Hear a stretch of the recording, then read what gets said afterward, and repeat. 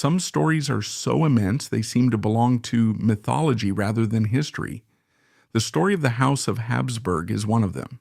For more than 600 years, they were the heart of Europe, a dynasty that ruled over a sprawling multi-ethnic empire from their glittering capital of Vienna. To be a Habsburg was to be born into a world of unshakable certainty, a world governed by ancient laws, rigid traditions, and the absolute will of the emperor.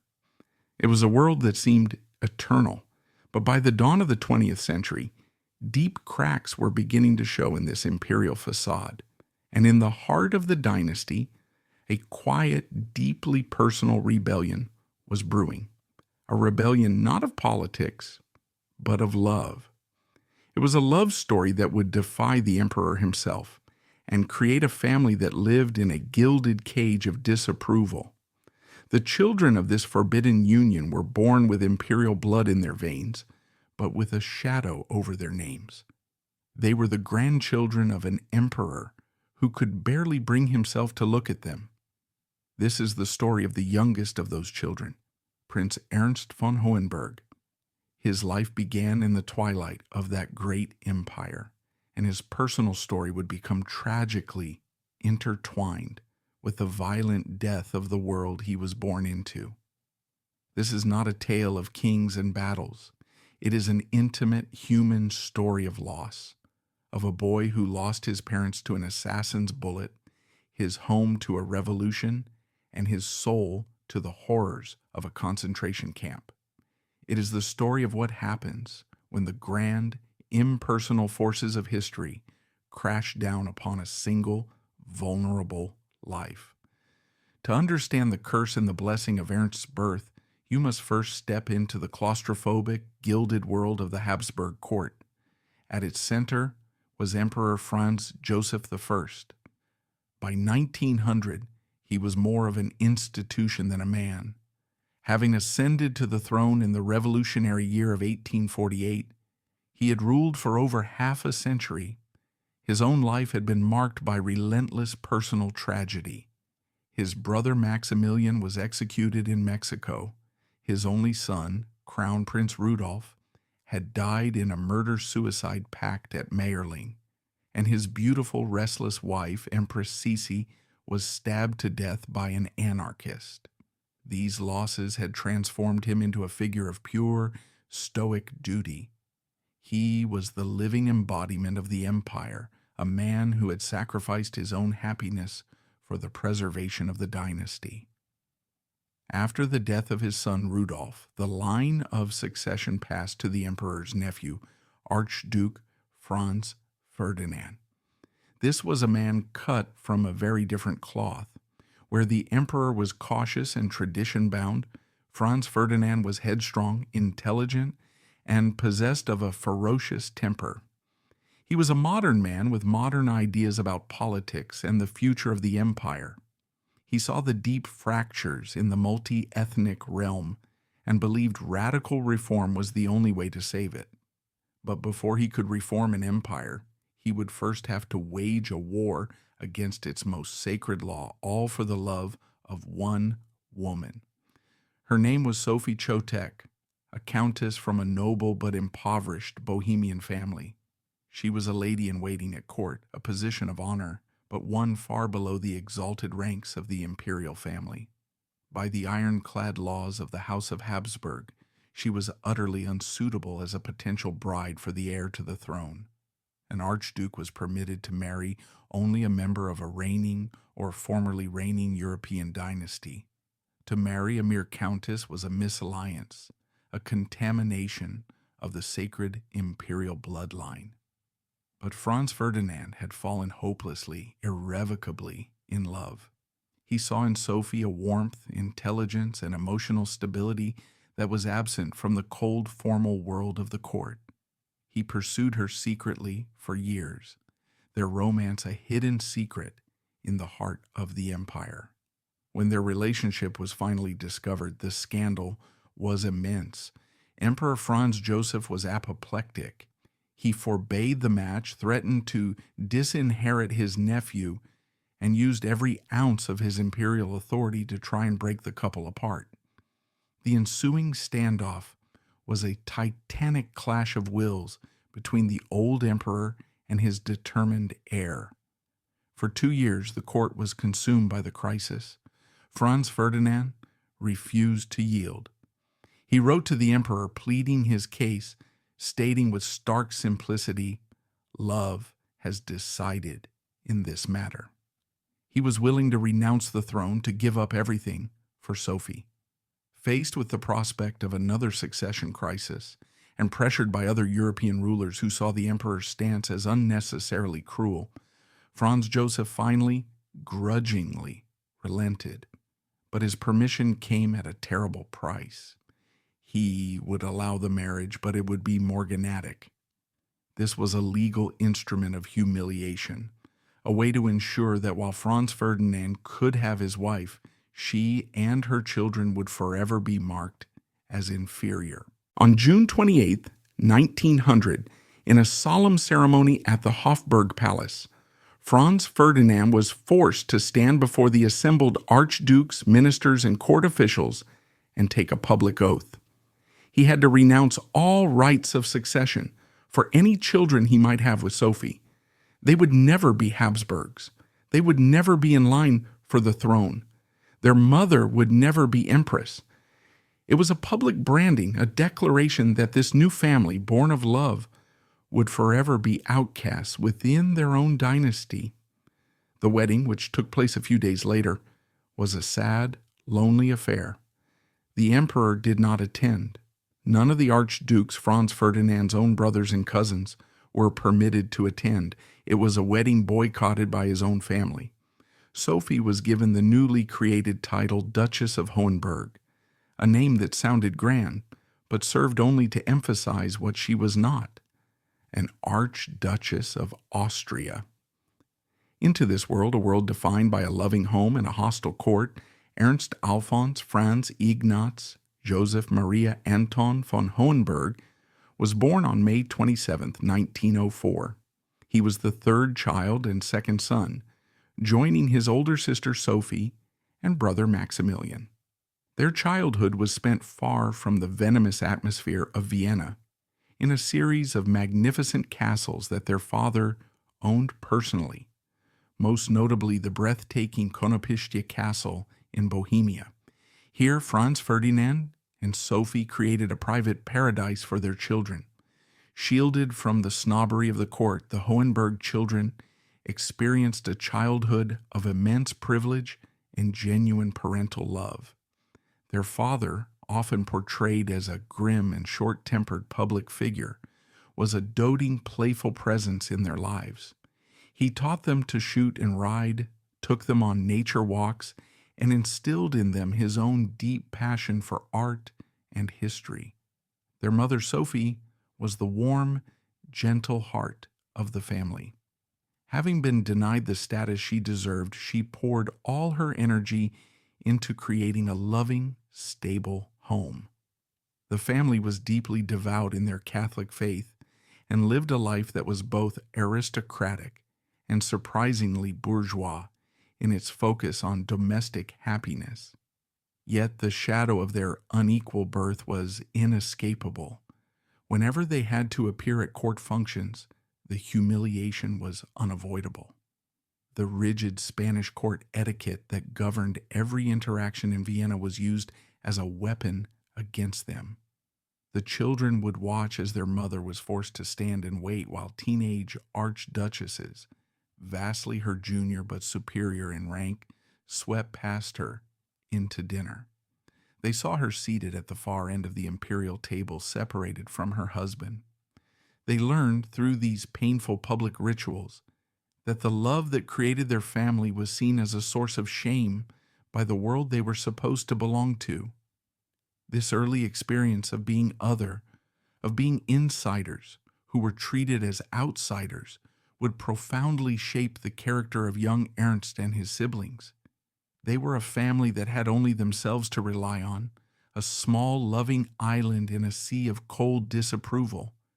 And this idyllic, isolated world was about to be obliterated forever by a single violent act on the public stage, an act that would occur on what should have been a day of private celebration for the couple who had fought so hard for their love.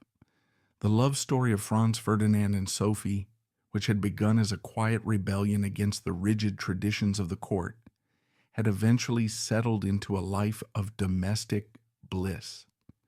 Their family was their fortress, a private world of happiness built in defiance of the emperor's disapproval. But on June 28, 1914, their private world was destined to collide with the violent, chaotic forces of history in a way that would set the entire globe ablaze.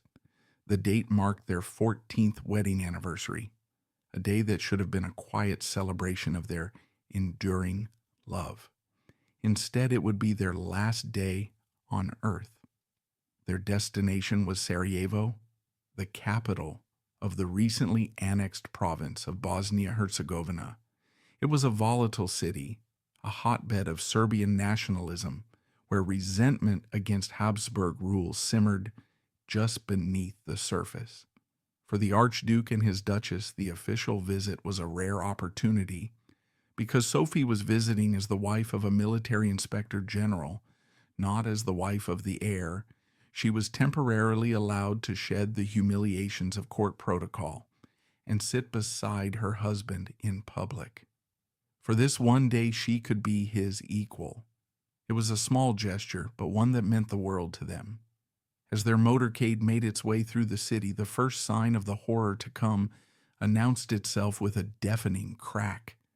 A bomb, thrown by a young assassin, bounced off the Archduke's car and exploded beneath the vehicle following behind, injuring several officers.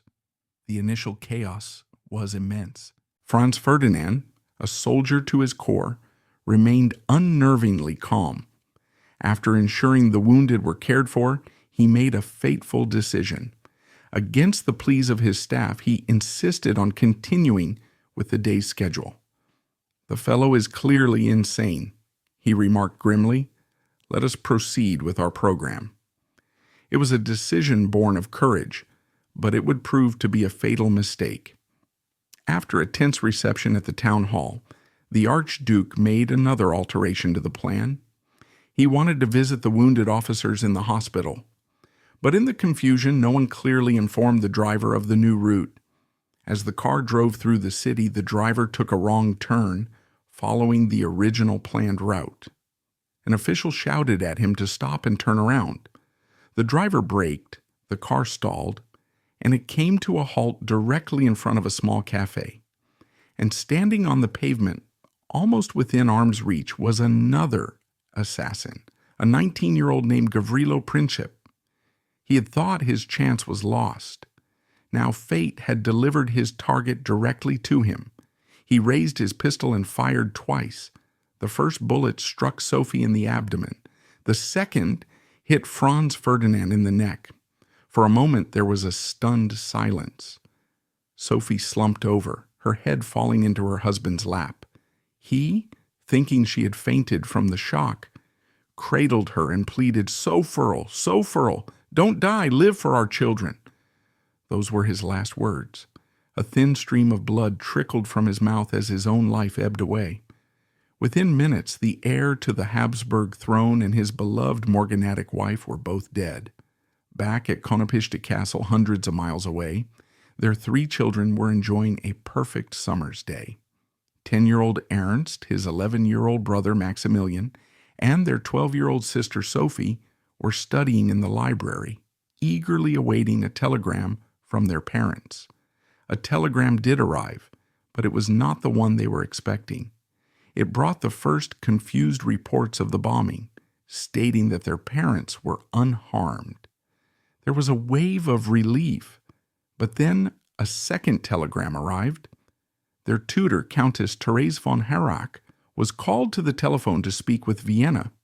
When she returned to the library, her face was ashen. The children's aunt, Princess von Thun and Hohenstein, who was staying with them, saw the look on the Countess's face and knew immediately that something was terribly wrong.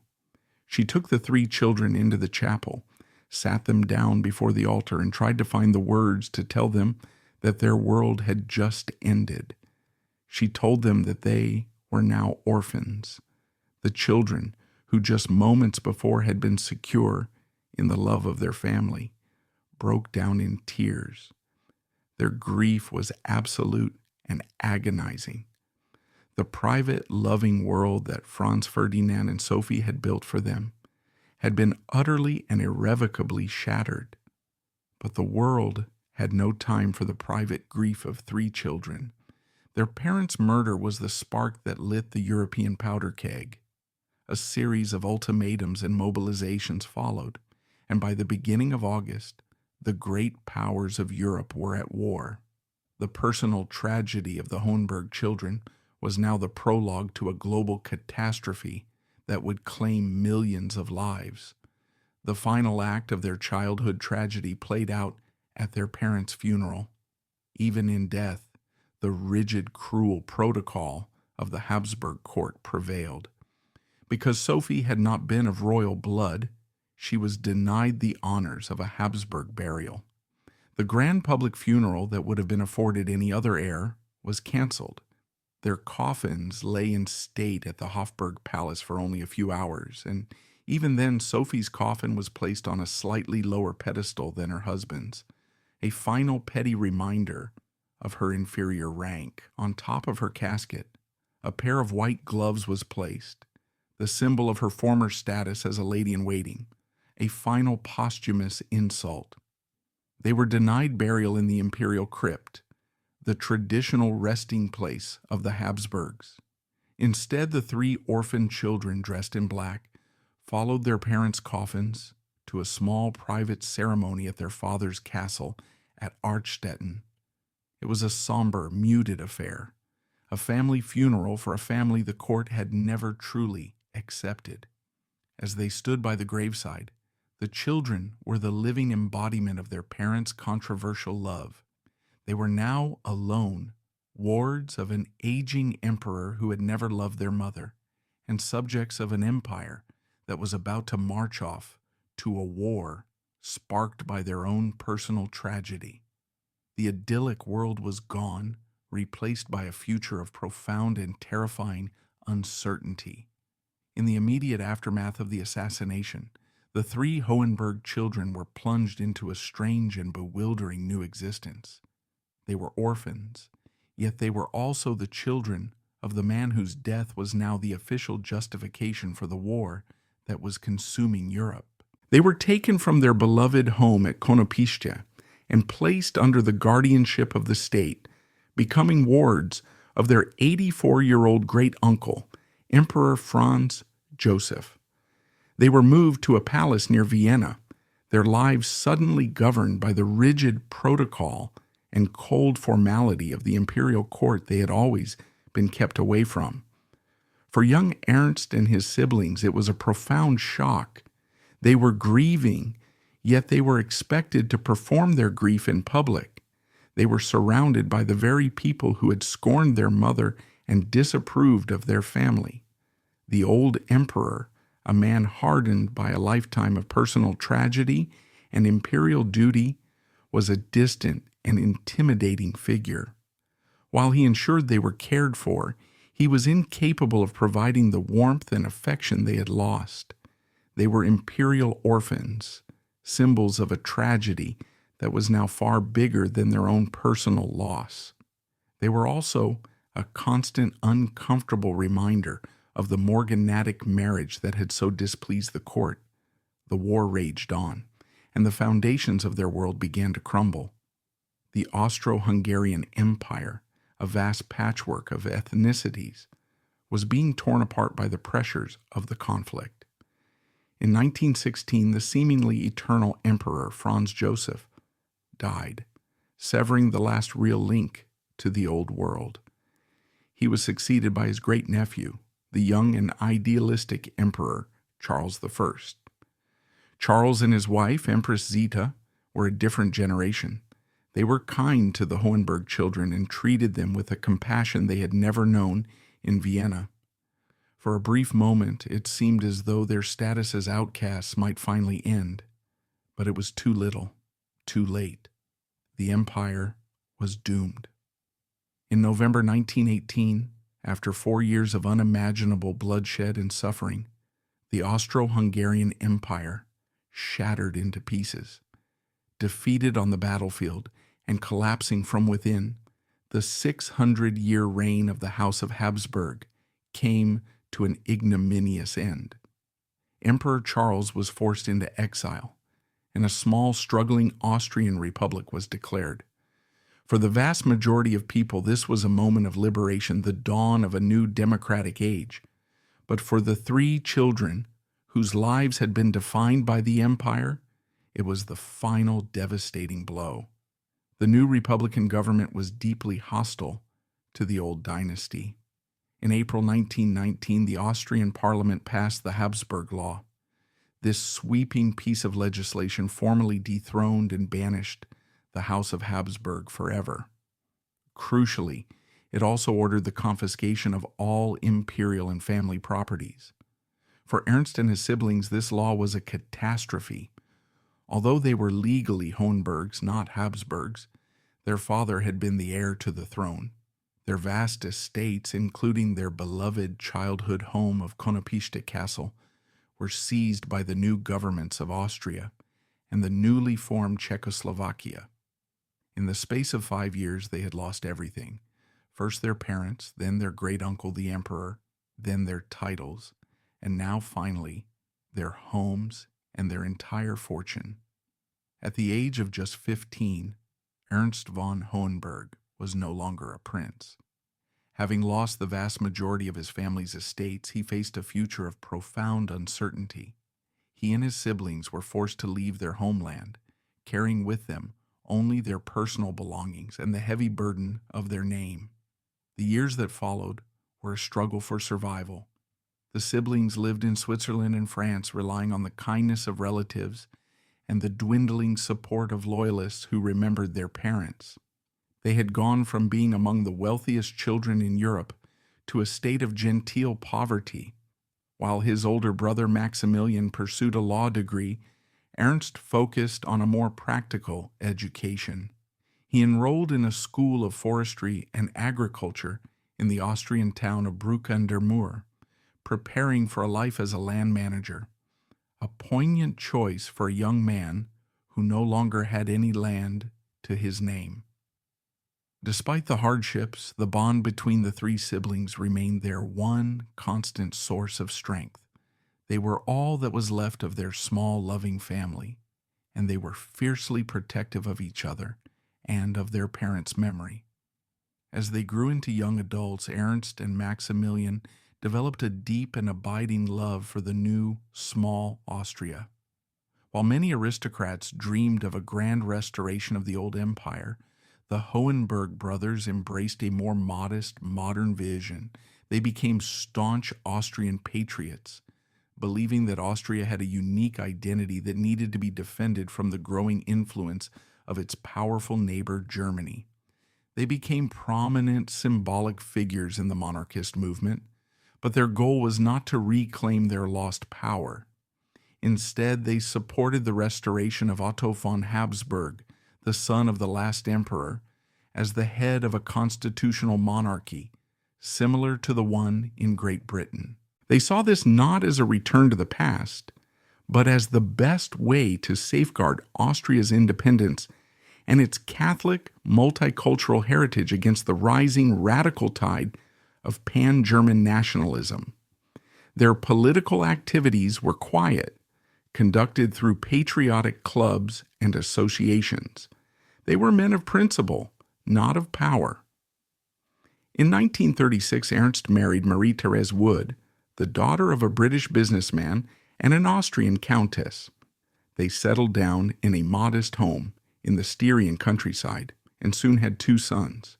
It seemed for a time that Ernst might finally be able to build the kind of quiet, stable family life that had been so violently stolen from him as a child.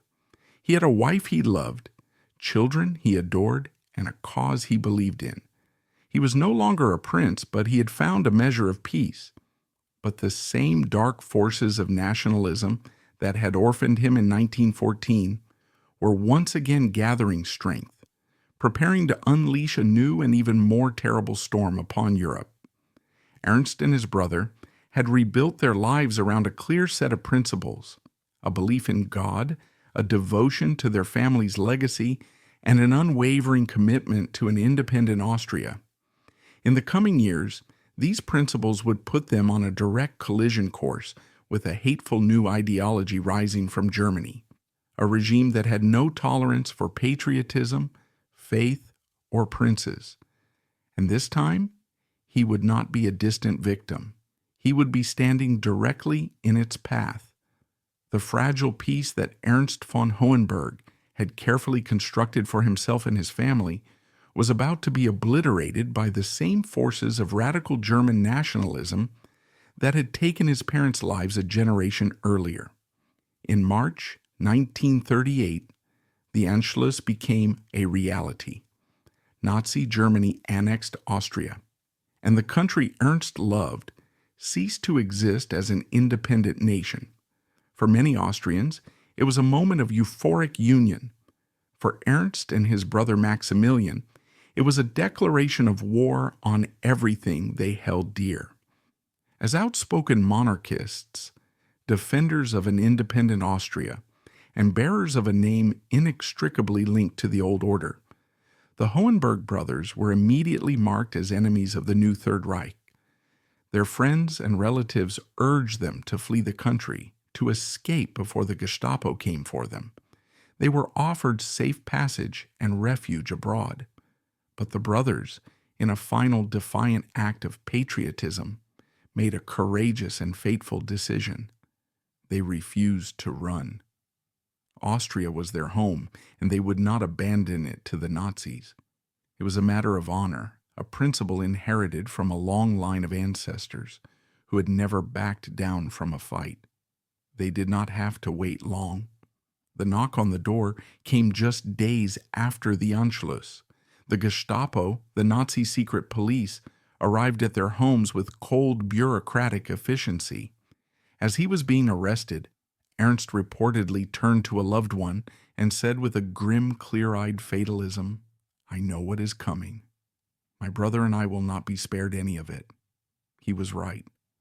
Along with other prominent anti-Nazi Austrians, politicians, intellectuals, and Jewish leaders, the Hohenberg brothers were put on one of the very first transports to the Dachau concentration camp in Germany. The sons of the heir to the Austro Hungarian throne, the great-nephews of Emperor Franz Joseph, were herded into a filthy cattle car like animals. Their journey into the abyss had begun. The arrival at Dachau was a descent into a carefully constructed hell. This was a world that operated on a logic of pure sadism and systematic dehumanization. The moment they passed through the infamous gates bearing the words Arbeit macht frei, work sets you free, they ceased to be Ernst and Maximilian von Hohenberg. Their heads were shaved, their fine clothes were replaced with thin striped prison uniforms, and they were assigned numbers. They were no longer princes, they were Häftlinge, prisoners, indistinguishable from the thousands of others caught in this assembly line of suffering. Their noble blood, far from offering any protection, made them special targets for the SS guards. The guards took a perverse pleasure in tormenting the princes. They were assigned to the most disgusting and humiliating work detail in the entire camp, the latrine commando. For months on end, their daily reality was cleaning the overflowing, stinking camp toilets, often with their bare hands, while being subjected to the constant beatings and verbal abuse of their captors. It was a calculated form of psychological torture, designed to break the spirit of men who had been born to a life of privilege, to reduce them to a state of absolute degradation. They were starved, their bodies wasting away on the watery soup and stale bread that was the camp's only sustenance. They were forced to stand for hours in the freezing cold or blistering heat of the Appellplatz, the roll call square. They witnessed daily acts of unspeakable brutality and murder. Every moment was a struggle for survival. Through this unimaginable ordeal, the one thing that sustained them was each other. The bond between Ernst and Maximilian, forged in the shared grief of their childhood, now became their lifeline. They shared their scraps of food, helped each other up after beatings, and offered quiet words of encouragement in the darkness of the barracks. They had entered this hell together, and they were determined to survive it or die together. After Dachau, they were transferred to Flossenbürg concentration camp, and then finally to Buchenwald, one of the largest and most notorious camps in the Nazi system. The years blurred into a monotonous nightmare of forced labor, starvation, and fear. They saw friends and fellow prisoners disappear, taken to be executed or simply worked to death. They endured diseases that swept through the unhygienic barracks. It was a miracle that they survived at all. Then in 1943, after 5.5 years of torture, their release came as suddenly and arbitrarily as their arrest. The exact reasons are unclear, but their health had deteriorated so severely that they were likely deemed unfit for further labor. They were released from Buchenwald and allowed to return to what was left of their lives. But the men who came out were not the same men who had gone in. Ernst was a physical and psychological wreck. His body was ravaged by years of malnutrition and brutal labor.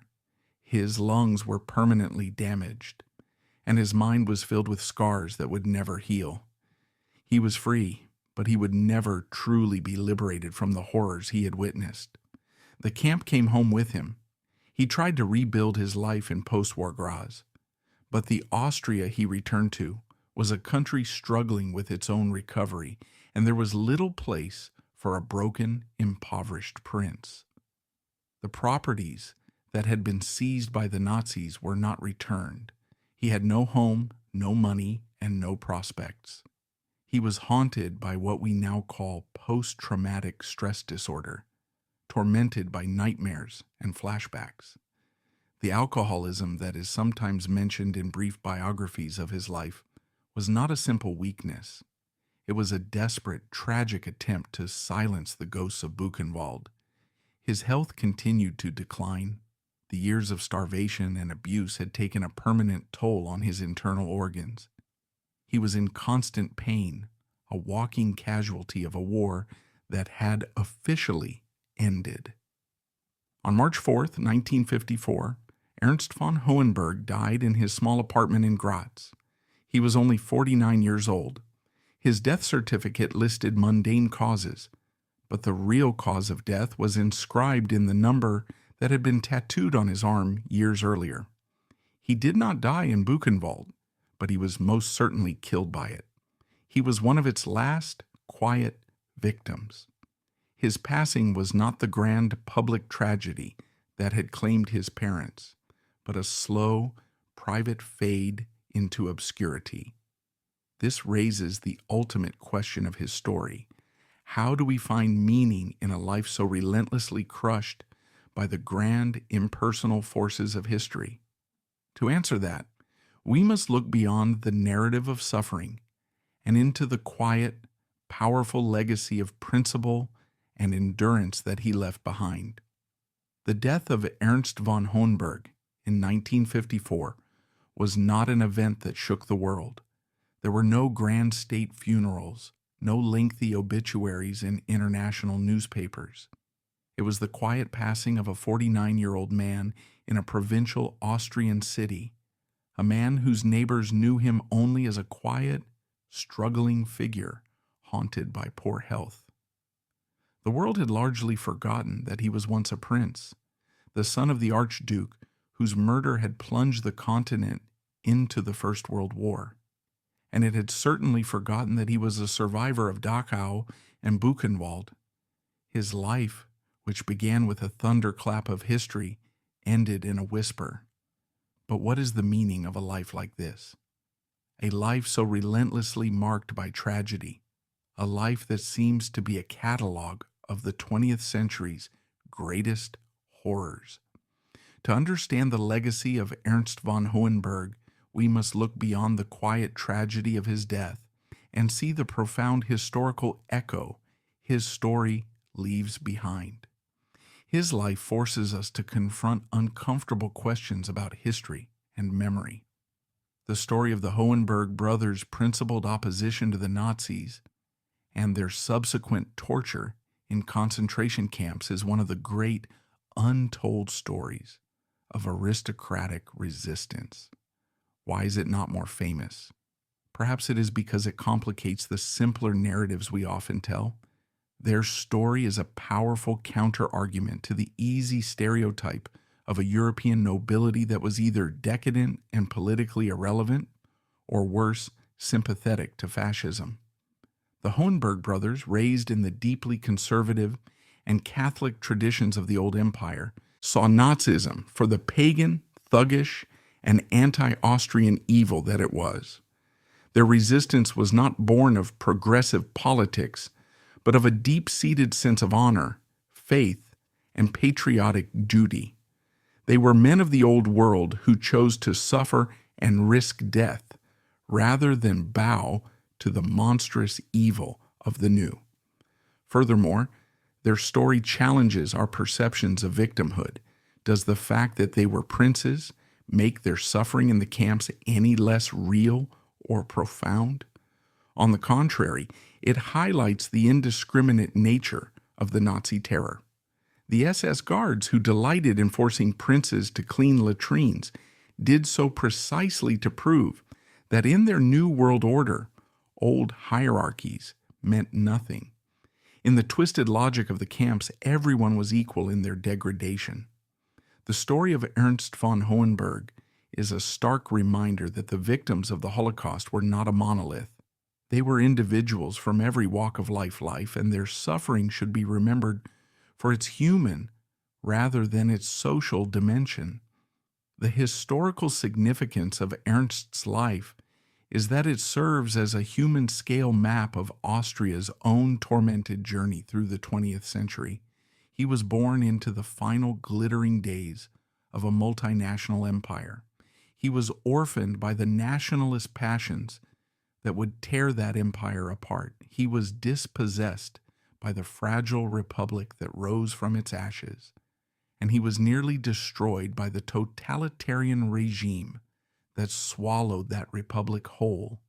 His personal story, from the grandeur of Konopishte to the hell of Buchenwald to the quiet poverty of post-war Graz, is the story of Austria itself. But ultimately, the most important legacy of his life is not political or historical, but deeply personal.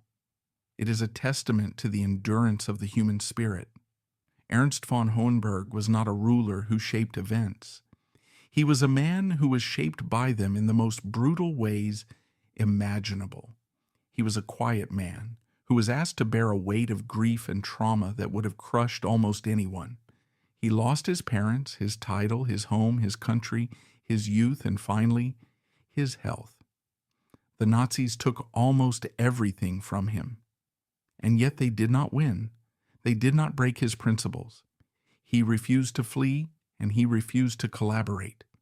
He endured 5.5 years in the heart of their evil empire and emerged alive, a living witness to their crimes. The rest of his life was a long, painful struggle against the ghosts of his past, a struggle he ultimately lost. But the true victory was in the survival itself, in the quiet dignity he maintained in the face of unimaginable humiliation. We began this story with 2 gunshots in Sarajevo that orphaned a 10-year-old boy and started the First World War. His life was bookended by the great conflicts of his age. He was a direct living consequence of the First War and a direct suffering victim of the Second. His name is not written large in the annals of history, but his quiet story of loss, courage, and survival is one of the most powerful and poignant echoes from the fallen world of the Habsburgs. a testament to the fact that even when history does its worst, the refusal to surrender one's soul is a victory that can never be erased.